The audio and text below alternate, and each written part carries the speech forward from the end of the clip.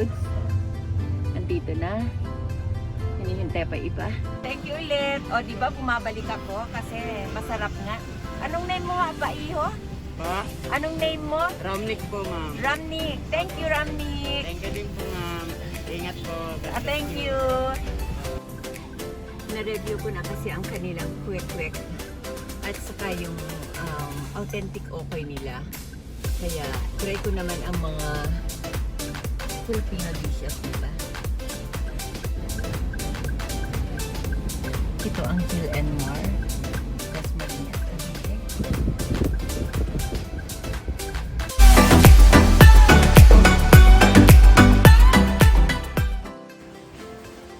Good morning! Welcome back to my channel. Ngayon, nalalapit na naman ang handaan season. For sure, marami sa atin ang magpapadeliver na lang. Lalo na sa mga busy sa work at business. Nawala ng time para mag-prepare. Sa ating mga taga-Dasmariñas, meron tayong Gil and Mar restaurant located at the back of Metrobank Aguinaldo Highway, near Pamiliang Bayan ng Dasmariñas. Ilalagay ko sa description box ang Facebook page nila para malaman ninyo. Kaya, for today, gagawa tayo ng food review sa 5 putahe ng Gil and Mar Restaurant. At ito na, umumpisahan ko na, kain tayo! Uunain ko, ano kaya uunain ko? Lahat masarap. Dapat may kanin. Itong sisig chicken. Unahin ko itong sisig chicken. Okay.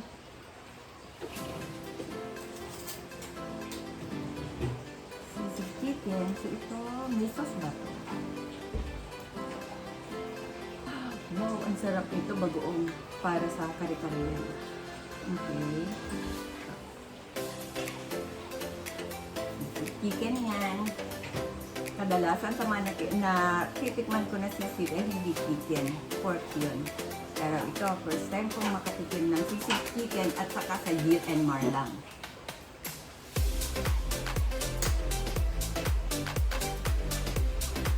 Thank you.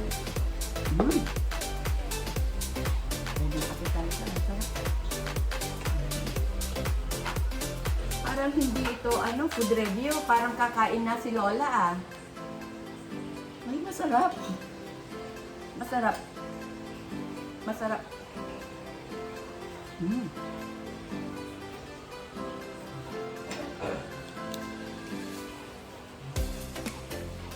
Ang sarap, mga apo. Sobra. Mamaya na. Lahat-lahat i-review ko yan. Pero ang sarap kasi gusto ko pa kumuha. Ilang minutes ba dapat tapusin ko dito? Pwede ba? Isang oras? Baka ito hindi ko mai-edit. Ang sarap!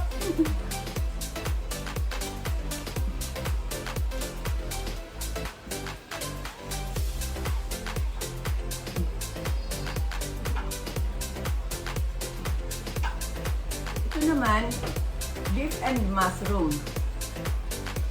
Buti na lang malaki pinggan ko. Pwede ba magkamay? Magkamay na lang si Lola.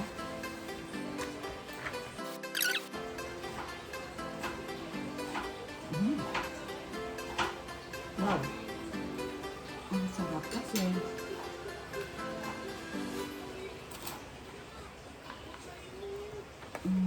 Nangingibabaw yung lasa talaga ng mushroom sa sauce niya.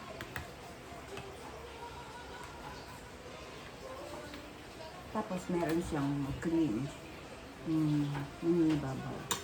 Tapos tumitingin pa rin ako sa sisig. Ako, mga apo, matakaw si Lola. Pero, madalas akong kumain, paunti-unti. Pero madalas. Pag itotal mo lahat-lahat yon, parang 2 meal na ng isang tao ang nakakain ko sa sa isang meal pa lang. Kasi 2 beses ako mag-almusal, 2 beses ako magtanghalian, 2 beses din ako maghapunan. Ilang beses yun. At meron pa akong snack sa hapon. Pero pag kumakain kasi ako, unti-unti lang. Alam niyo naman, pag nagkakaedad, mahina na ang panunaw. Pero meron tayong sekreto dyan. Next time sasabihin ko sa inyo.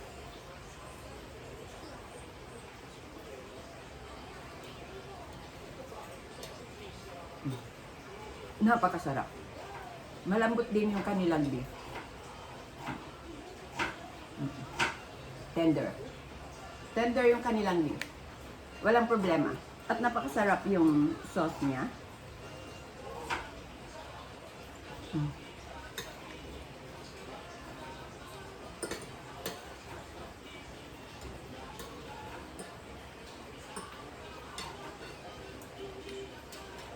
Hindi food review to ha, totoong kain ko na to kasi masarap yung mga kinakain ko.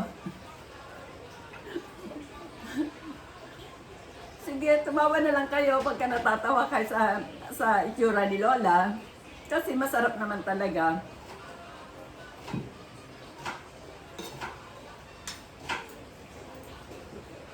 Two slices, kailangan ko ubusin na agad.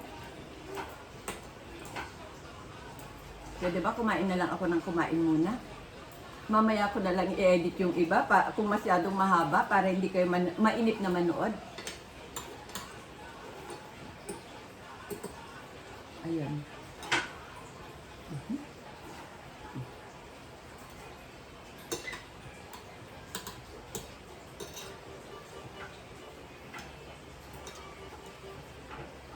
Para hindi magkahalo-halo yung lasa. Yung sauce ng beef and mushroom, aalisin ko sa plate ko kasi para hindi na ako mag-change plate. Mga taga Dasmariñas at karatig bayan ng Dasmariñas at kayo din ng mga viewers ko na nasa malalayong lugar at may malapit kayong mga kamag-anak dito, sabihin niyo sa kanila meron Jill and Mar Restaurant. Not sponsored po ito, pero masarap po kasi talaga. Hindi nga nila alam na pumunta kami doon para mag-take out. Kaya lang, totoo kasing masarap.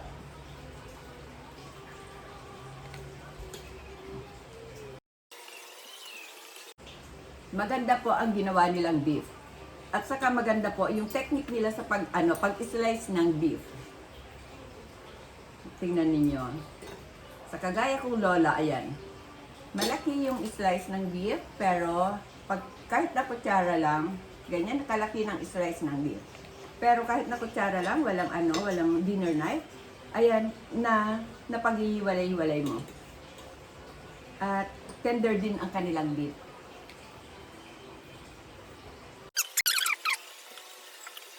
Isunod ko naman ang bangus. Inihaw na bangus.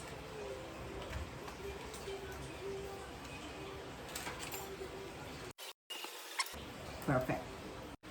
Nakabalot kayo sa saging.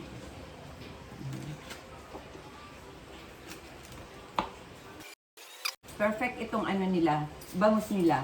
Hindi siya sunog, pero hindi ma-pink yung ayan. Hindi sunog, pero hindi pink yung gitna. Ibig sabihin, yung nakikita natin na pink, kamatis yun, or tomato. Tikman natin. Bangus na inihaw. Ayan.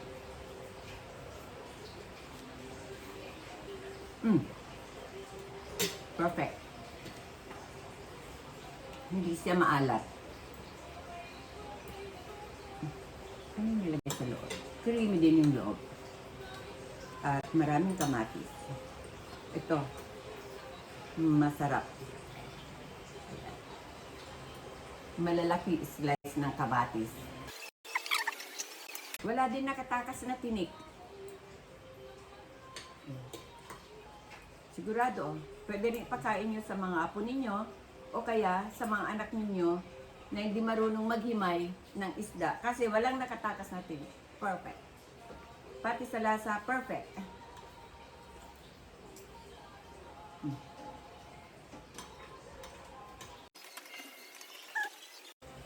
Next naman, yung kare-kare. Kare-kare. Crispy lechon kare-kare. Tikman natin. First time ko lang makatikim ng crispy lechon kare-kare.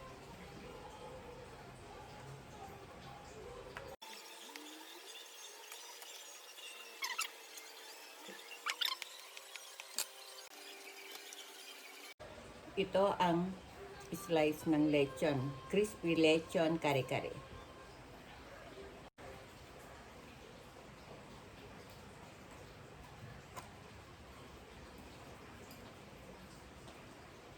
At ito yung bagoong nila. Ang sarap.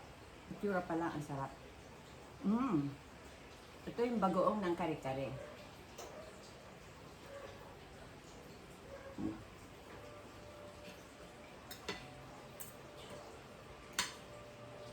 Kain na tayo. Kain na mga apo. Ang sarap mukhang...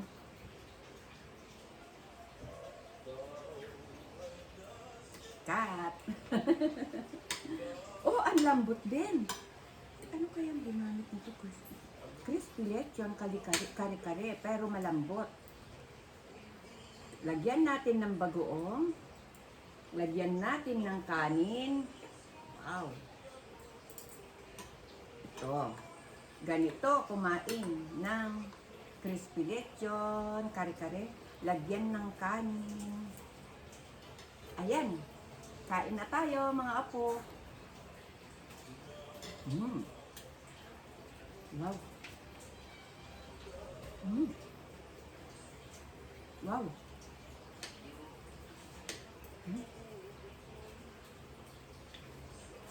Oh, parang hindi kami. Ang sarap ng lechon nila, ha? Lechon kare-kare. Totoo yun. First time ko lang makatikim ng lechon crispy kare-kare. Kasi madalas na niluluto ko na kare-kare ay ox stripe o kaya naman yung ano ba yung tawag na nun? Pata ng pork. Kung hindi naman, basta ox stripe at buntot. Yung ginagawa kong kare-kare. First time kong makatikim sa Gil and More ng crispy lechon kare-kare. I'm sorry. Excellent. Napakasarap.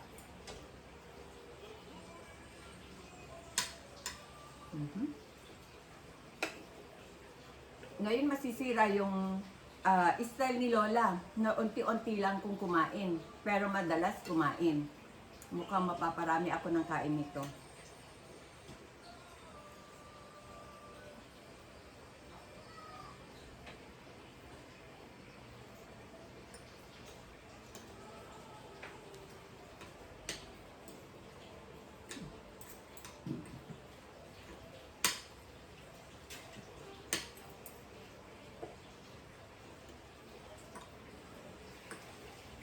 Ang sarap!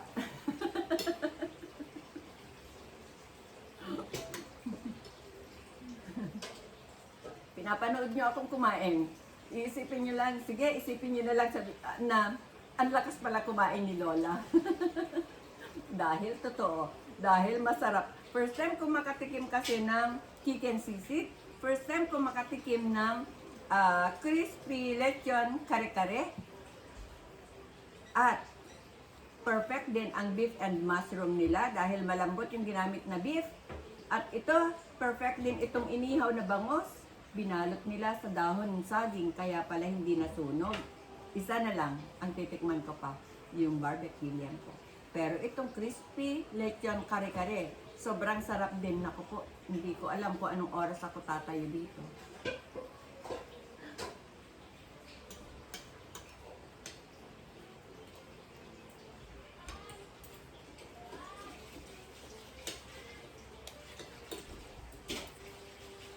Meron pa ako ipapakita sa inyo sa presentation ng kanilang lechon kare-kare. Look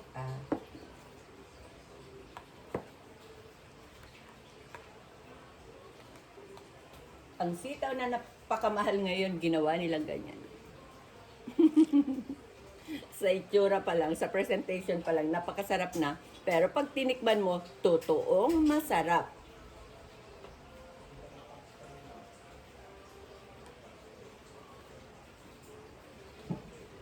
Natataranta ako, masarap ang kinakain ko eh. Thank you sa aking anak na bumili nito. Si Bunsoy. Thank you anak sa masarap na pagkain. Bumili siya ng pagkain.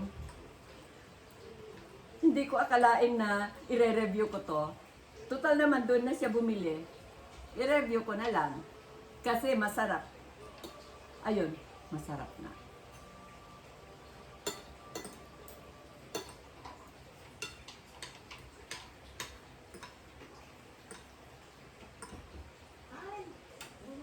Mm.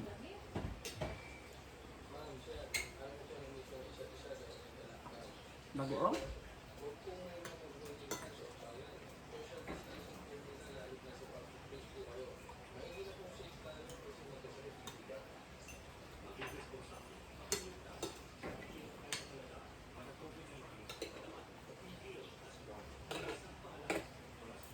Lola, don't talk while your mouth is full.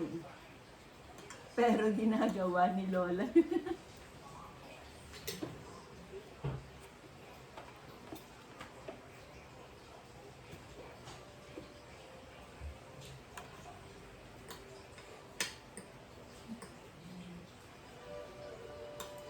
Mamaya na. Yung isa naman tikman ko. Kasi, nagugutom na mga naging sa akin.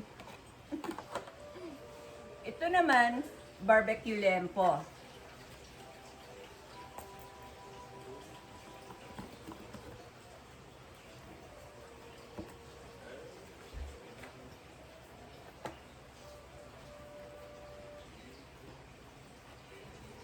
Medyo clumsy lang si Lola.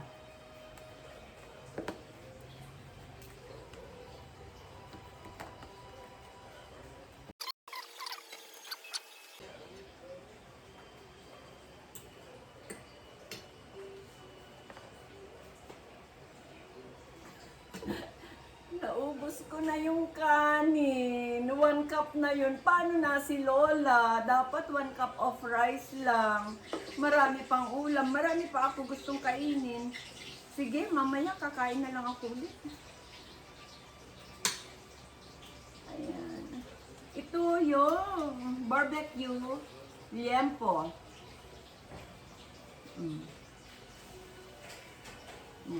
Sarap. Sarap.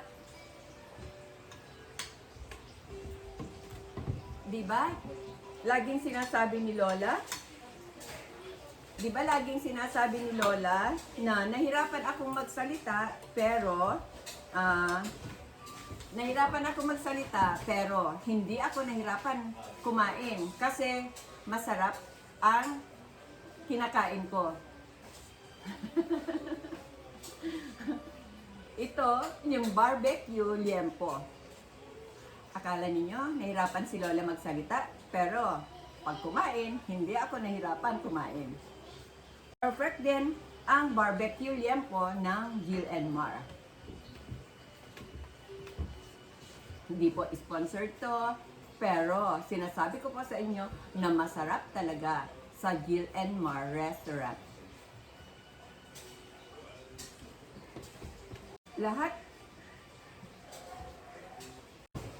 Lahat na in-order namin na putahe o in-order ng aking bunsong anak na si Nikki na putahe, lahat perfect.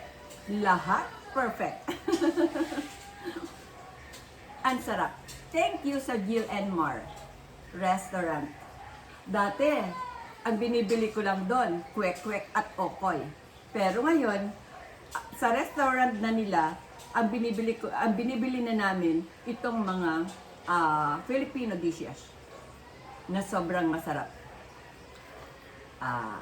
Maraming salamat ulit sa panonood. Sana nagustuhan ninyo at sana magugustuhan nyo din lahat ng putahe nila doon. I-try nyo.